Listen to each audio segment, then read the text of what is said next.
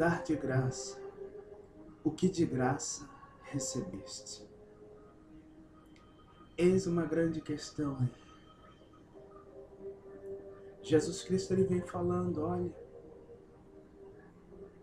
lá em Mateus 10, versículo 34, ele vem dizendo mais na frente, vem dando a resposta, confirmando isto que ele fala aqui. Não cuideis, pois, com o dia da manhã, não andeis cuidadoso quanto ao dia da manhã, porque basta cada dia o seu mal. O Senhor ele vem dizendo, lá em Mateus capítulo 6, versículo 34, sobre isto, que basta cada dia o seu mal. E aqui em Mateus capítulo 10, versículo 8, diz, dá de graça o que de graça recebeste. Nós não estamos falando daqueles que levam o evangelho a sério. Existem pessoas que foram escolhidas por Deus para estar pregando o evangelho.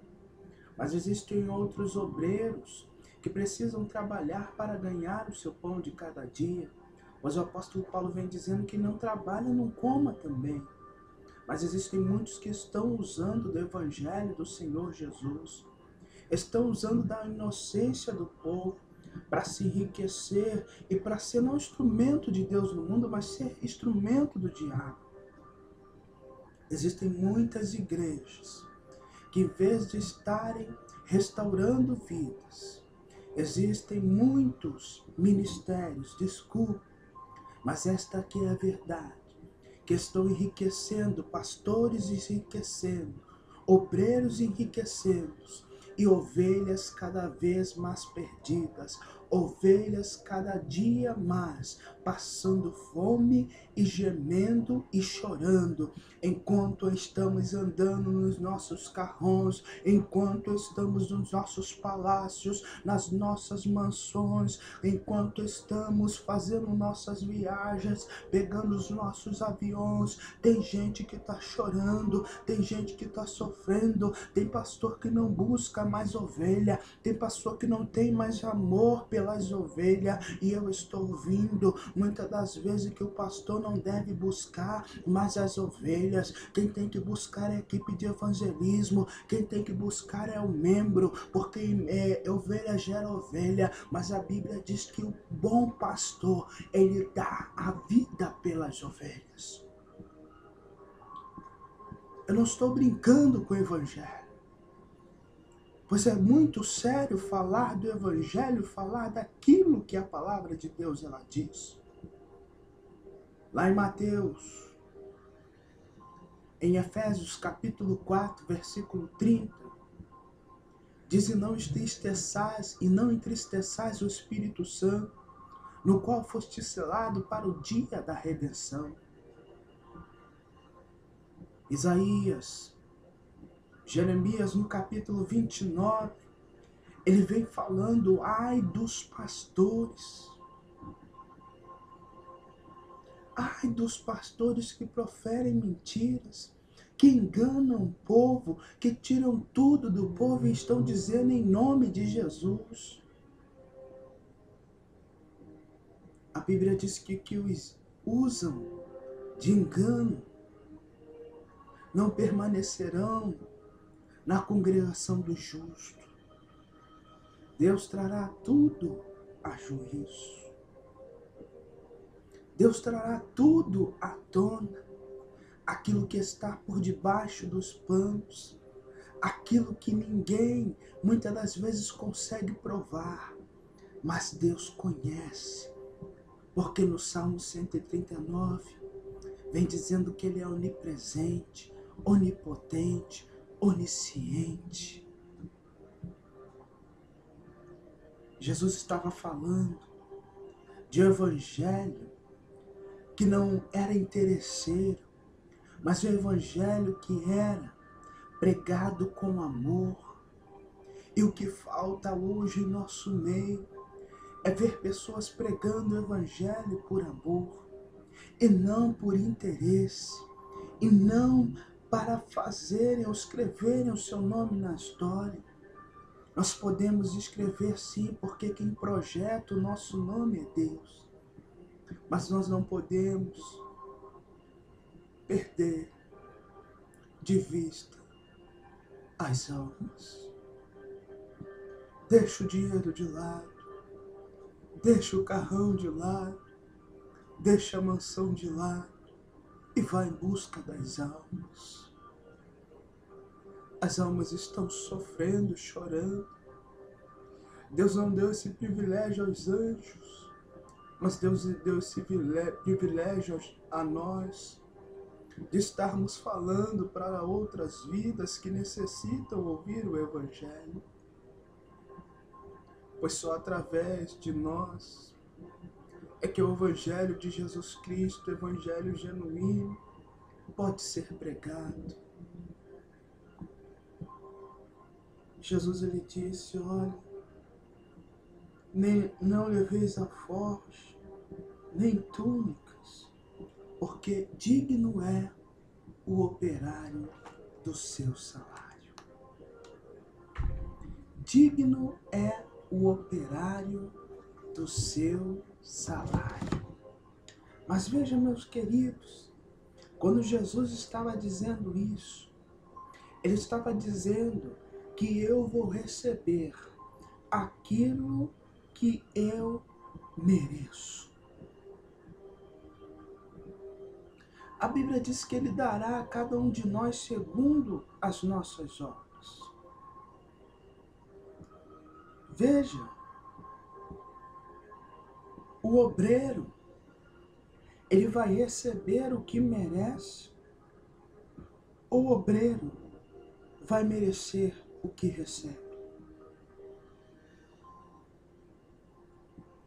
Não há vergonha nenhuma em ser sustentado pelo Evangelho. Mas Jesus condena nós sermos usurpadores. Jesus condena nós querermos tirar a lã da ovelha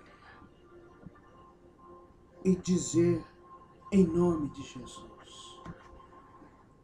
Porque o Senhor, ele tem dito que vai cuidar daqueles que estão fazendo a sua vontade, levando o seu Evangelho, transmitindo as suas verdades. Deus vai honrar, Deus irá honrar, mas é preciso que haja em nós um desprendimento. Muitas pessoas estão presas àquilo que é material. 1 João 2,17 diz que o mundo vai passar e as suas concupiscências, mas aquele que faz a vontade de Deus, este vai permanecer para sempre. Ageu 2:8, 9 diz que o nosso Deus, ele é dono do ouro e da prata. Deus é tão maravilhoso que ele dá garantias aos seus discípulos. Ele disse, olha, não leveis ouro nem prata, mas nas casas que vocês estiverem, vocês vão ser sustentados. Ou seja, pessoas serão usadas para abençoar a vida de vocês. E é assim que o nosso Deus, ele faz. Ele usa pessoas para nos abençoar. A igreja de Atos capítulo 2, depois do dia de Pentecoste, a Bíblia diz que aquela igreja, eles tinham todos o mesmo ânimo, o mesmo parecer, o mesmo propósito. E tudo era em comum com um ao outro. Eles traziam ofertas diante do altar. E todos eram abençoados. De que adianta eu estou sendo abençoado e meu irmão não está sendo abençoado. Eu quero ser um abençoador. Eu quero ser uma bênção. Eu quero galgar bênçãos. Mas eu quero também que a tua vida ela seja abençoada. Porque a bênção que estiver sobre a minha vida vai ter que estar também sobre a tua. Pois o Deus que eu sirvo é o mesmo Deus que você serve. O Deus que eu creio e acredito é o mesmo Deus que tu acredita. O mesmo Deus que me ouve é o Deus que te ouve. O mesmo Deus que me vê é o Deus que te vê. O mesmo Deus que me conhece no profundo, no íntimo, é o mesmo Deus que te conhece.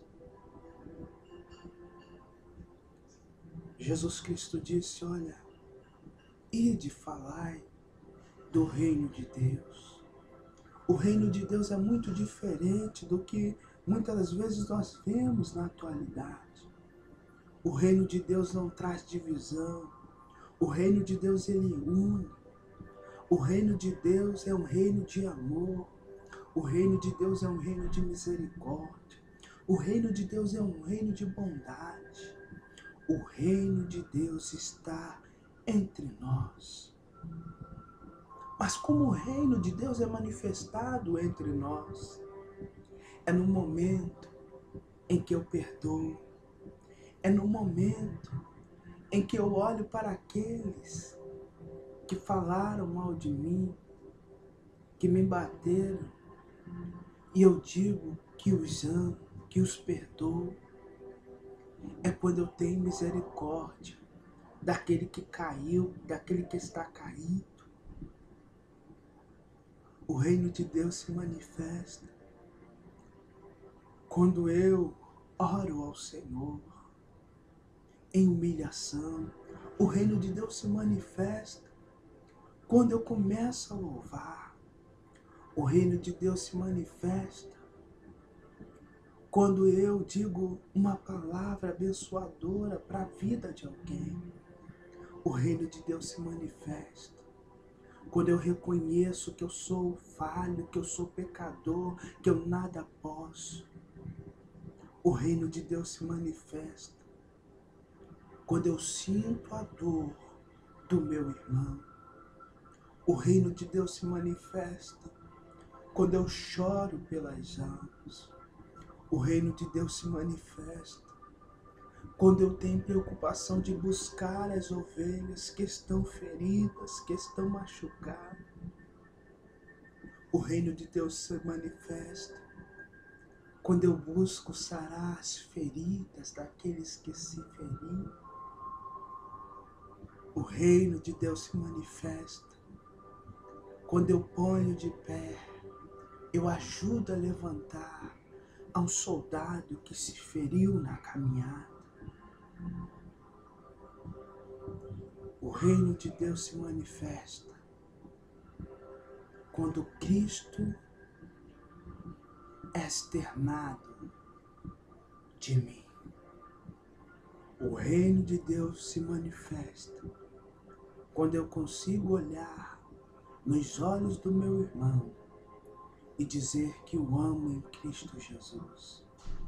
O reino de Deus se manifesta quando eu olho para você, quando você olha para mim, quando na nossa vida tem Jesus. O reino de Deus se manifesta quando eu faço a diferença, quando você faz a diferença, em qualquer lugar que você esteja. Não importa, não se vergonhe de quem você é. Lá em Romanos 1,16, o apóstolo Paulo disse, eu não me envergonho do Evangelho, porque é o poder de Deus para a salvação de todo aquele que crê. Creia nesta palavra. Deus te escolheu. Você é uma bênção nas mãos de Deus.